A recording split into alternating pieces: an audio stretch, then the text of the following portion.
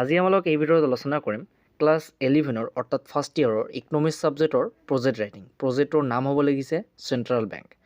কেইজন ছাত্ৰ ছাত্ৰীৰ কমেণ্ট আছিল যে ছাৰ চেণ্ট্ৰেল বেংক প্ৰজেক্ট লাগে, গতিকে তেওঁলোকৰ কমেণ্টৰ ওপৰতে আজিৰ এই ভিডিঅ'টো তোমালোক বেছি দেৰি নকৰি ভিডিঅ'টো আৰম্ভ কৰি আছোঁ। তোমালোকক মই কেৱল মাত্ৰ প্ৰজেক্টখন বুজাই দিম বা চেণ্ট্ৰেল বেংক কি সেইটো মই তোমালোকক বুজাই দিম, তোমালোকে বনাই নিজে লিখিব পাৰিবা, ঠিক আছে। সৰ্বপ্ৰথম মই আলোচনা কৰিম অৰ্থাৎ তোমালোকৰ আৰম্ভণিত তোমালোকে কি লিখিবা। আৰম্ভণিত লিখিবা যে চেণ্ট্ৰেল বেংক। চেণ্ট্ৰেল বেংক মানে কি? চেণ্ট্ৰেল বেংক মানে হ'ব লাগিছে বিশ্ব বেংক, অৰ্থাৎ বিশ্ব বেংক হ'ব লাগিছে কেৱল মাত্ৰ আমাৰ ৰিজাৰ্ভ বেংক। ৰিজাৰ্ভ বেংক কাক বোলে বা ৰিজাৰ্ভ বেংক কি? ৰিজাৰ্ভ বেংকৰ কেইটামান বৈশিষ্ট্য দিবা। আৰম্ভণি দিবা। আৰম্ভণিত যে দিবা যে ৰিজাৰ্ভ বেংক কিমান চনত স্থাপিত হৈছিল। ৰিজাৰ্ভ বেংক 1935 চনত স্থাপিত হৈছিল। এইটো তোমালোকৰ সমূহ ছাত্ৰ ছাত্ৰীয়ে জানিব লাগিব, অৰ্থাৎ যিসমূহ ছাত্ৰ ছাত্ৰীৰ ইকনমিক্স ছাবজেক্ট আছে। ইকনমিক্স ছাবজেক্ট থাকিল মানে টকাৰ বিষয়ে জানিব লাগিব, আৰু টকাৰ বিষয়ে জানিব লাগিলে তোমালোকৰ বেংকৰ বিষয়ে বহুত কিবা ধাৰণা থাকিব লাগে। গতিকে চেণ্ট্ৰেল বেংক আৰম্ভণি সেইখিনি দিবা যে বিশ্ব বেংকত অৰ্থাৎ ৰিজাৰ্ভ বেংকত কেৱল মাত্ৰ আমাৰ ভাৰতবৰ্ষত যিমানবোৰ নোট প্ৰচলন হৈছে সেইবোৰ নোট ৰিজাৰ্ভ বেংকৰ পৰাহে প্ৰচলন হয়, কাৰণ কোনো বাণিজ্যিক বেংকৰ হাতত নোট ছপা কৰাৰ ক্ষমতা নাই। কেৱল মাত্ৰ ৰিজাৰ্ভ বেংকৰ হাততেহে নোট ছপা কৰাৰ ক্ষমতা আছে। তাৰপিছত দিবা আণ্ডাৰলাইন কৰি দিবা যে ৰিজাৰ্ভ বেংকৰ কেইটামান বৈশিষ্ট্য, অৰ্থাৎ চেণ্ট্ৰেল বেংকৰ কেইটামান বৈশিষ্ট্য দি দিলা। নোট ছপা কৰাৰ চৰকাৰৰ বেংক, তাৰপিছত মুদ্ৰা ঋণ নিয়ন্ত্ৰণ, নোট ছপা কৰা, এইটো মইতো ক'লোৱে, এনেকৈ লিখি দিবা। তাৰপিছত লিখি দিবা কি দ্বিতীয়তে তোমালোকৰ আহিব কি এই যে চেণ্ট্ৰেল বেংকে ঋণ নিয়ন্ত্ৰণ কৰিছে, এই ঋণ নিয়ন্ত্ৰণ 2 নম্বৰ পইণ্ট দি লিখিবা কি যে চেণ্ট্ৰেল বেংকৰ নিয়ন্ত্ৰণ কৰাৰ ক্ষমতা বা নিয়ন্ত্ৰণ কৰাৰ কৌশল, কেনেকৈ ঋণ নিয়ন্ত্ৰণ কৰে। এতিয়া ধৰা চেণ্ট্ৰেল বেংক ৰিজাৰ্ভ বেংক এ হৈছে ৰিজাৰ্ভ বেংক আৰু বি হৈছে বাণিজ্যিক বেংক।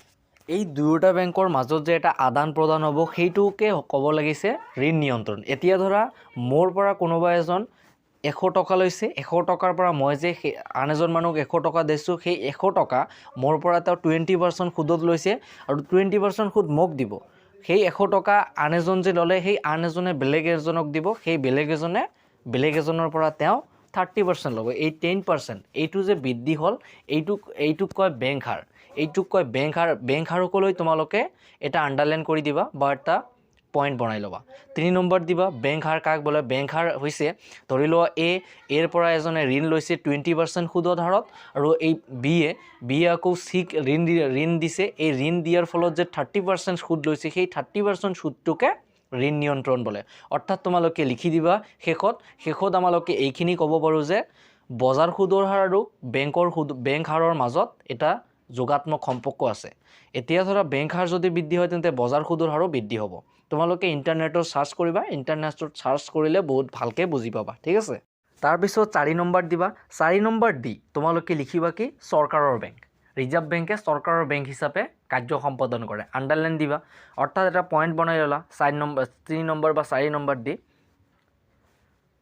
চৰকাৰৰ বেংক কেনেকৈ হিচাপে কাৰ্য সম্পাদন কৰে। প্ৰথমত দিবা যে ৰিজাৰ্ভ বেংক কি। যিবোৰ তোমালোকে পইণ্ট বনাবা অৰ্থাৎ চেণ্ট্ৰেল বেংকৰ, এই চেণ্ট্ৰেল বেংকত পইণ্ট বনাওঁতে তোমালোকে প্ৰত্যেকটোতে লিখিবা কি ৰিজাৰ্ভ বেংক কাক বোলে তোমালোকে দি দিবা। বা তোমালোকে আৰম্ভণিত এইখিনি কৰিব পাৰা যে আৰম্ভণিত তোমালোকে বেংক কাক বোলে সেইটো লিখিব পাৰা।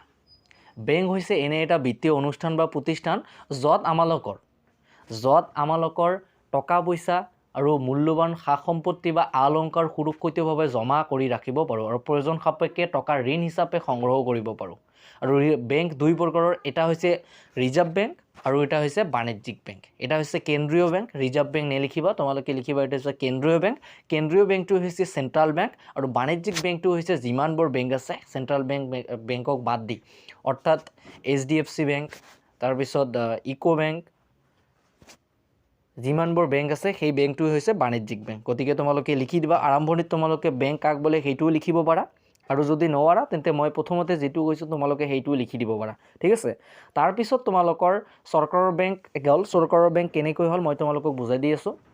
এতিয়া ধৰা চৰকাৰে কোনো ধৰণৰ বিত্তীয় সংকটৰ সন্মুখীন হৈছে, এই বিত্তীয় সংকটৰ সন্মুখীনৰ ফলত চৰকাৰে কিন্তু ৰিজাৰ্ভ বেংকক এটা আবেদন কৰিব পাৰে, অৰ্থাৎ চৰকাৰৰ হাতত যেতিয়া ধন শেষ হৈ যায় বা সংকটত পৰে, আৰ্থিক সংকটত পৰে, তেতিয়া কিন্তু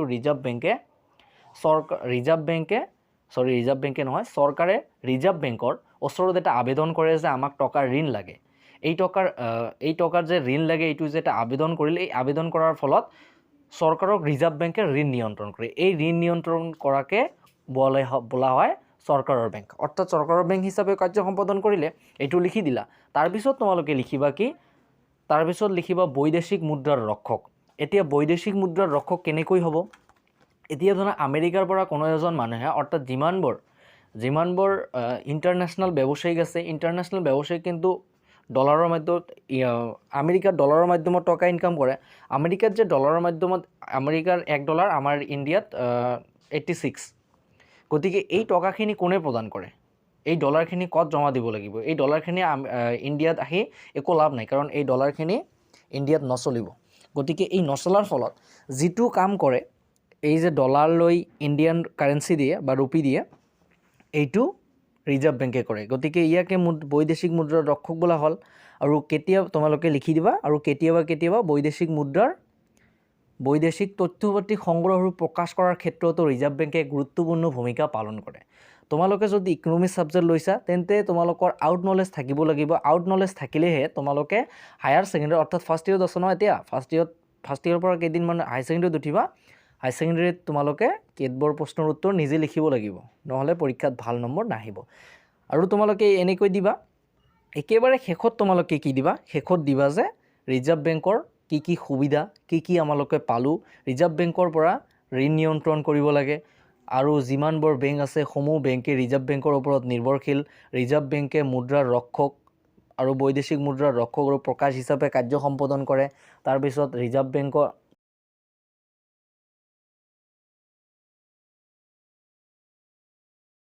তাৰপিছত লিখি দিবা যে ৰিজাৰ্ভ বেংকে যিমানবোৰ বাণিজ্যিক বেংক আছে, সেই বাণিজ্যিক বেংকবোৰে যাতে আৰ্থিক সংকটৰ সন্মুখীন হয়, তেন্তে ৰিজাৰ্ভ বেংকৰ পৰা ঋণ লৈ সেই আৰ্থিক সংকটৰ পৰা মুক্তি ল'ব পাৰে বা উঠি আহিব পাৰে। তাৰপিছত দিবা, যদি আমাৰ দেশৰ মুদ্ৰাৰ নাটনি হয় বা মুদ্ৰা বেছি হয় বা নোট বেছি হয়, তেন্তে সেইটোৰ দোষ ৰিজাৰ্ভ বেংকৰ নিজৰ ওপৰত ল'ব লাগে। আৰু যিমানবোৰ টকা পইচা লেনদেন আছে, সেই সকলোবোৰ টকা পইচা লেনদেন ৰিজাৰ্ভ বেংকৰ পৰাহে আৰম্ভ হয়। তো ছাত্ৰ ছাত্ৰীসকল, তোমালোকে এইখিনি বুজি ল'লে তোমালোকে লিখিব পাৰিবা। মই একেবাৰে ৰাইটিং দিব নোৱাৰিম, কাৰণ হ'ব লাগিছে হাই ছেকেণ্ডেৰীৰ পৰীক্ষাক লৈ বৰ্তমান মই বিজি থাকোঁ, সেইকাৰণে মই তোমালোকক ভিডিঅ' দিব পৰা নাই। গতিকে তোমালোকে কেইজনমান ছাত্ৰ ছাত্ৰীয়ে বহুত কমেণ্ট কৰি থাকে যে ছাৰ আমাক এই চেণ্ট্ৰেল বেংক বুলি ভিডিঅ' লাগে। গতিকে সেইসমূহ ছাত্ৰ ছাত্ৰীৰ বাবে মই ভিডিঅ'টো বনাই দিলোঁ। তো তোমালোকে ভিডিঅ'টো নিশ্চয় বুজি পাইছা, আৰু প্ৰজেক্টটো নিজে লিখিব ট্ৰাই কৰিবা। ঠিক আছে? তো আজিৰ ভিডিঅ'টো ইয়াতে।